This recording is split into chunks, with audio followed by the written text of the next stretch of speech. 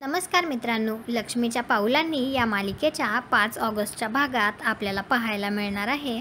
घरातले सगळेजण खाली हॉलमध्ये बसलेले असतात. त्यावेळी अनामिका आणि सोहम हे दोघे सुद्धा तिथेच असतात.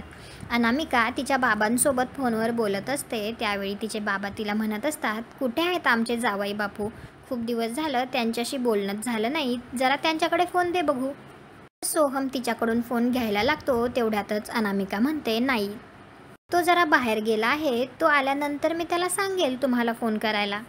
सोहम तिथे असून सुद्धा अनामिकाने त्याच्याकडे फोन दिला नाही. यामुळे सोहमला जरा वाईट वाटतं आणि घरच्यांना तर काळजीच वाटायला लागते.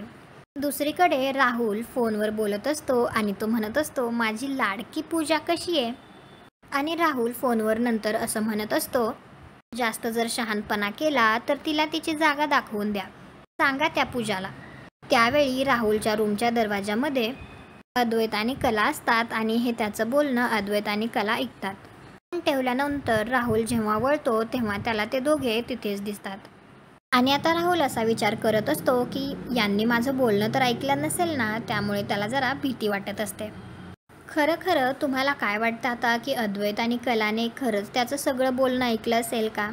आणि जर त्यांनी ऐकलं असेल तर आता ते दोघे त्याला जाब विचारतील का की काय करत होता किंवा ही पूजा कोण आहे? कॉमेंट करून नक्की सांगा. व्हिडिओला लाईक करा, आपल्या मराठी मालिका चॅनलला सबस्क्राईब करा. भेटू उद्याच्या भागात.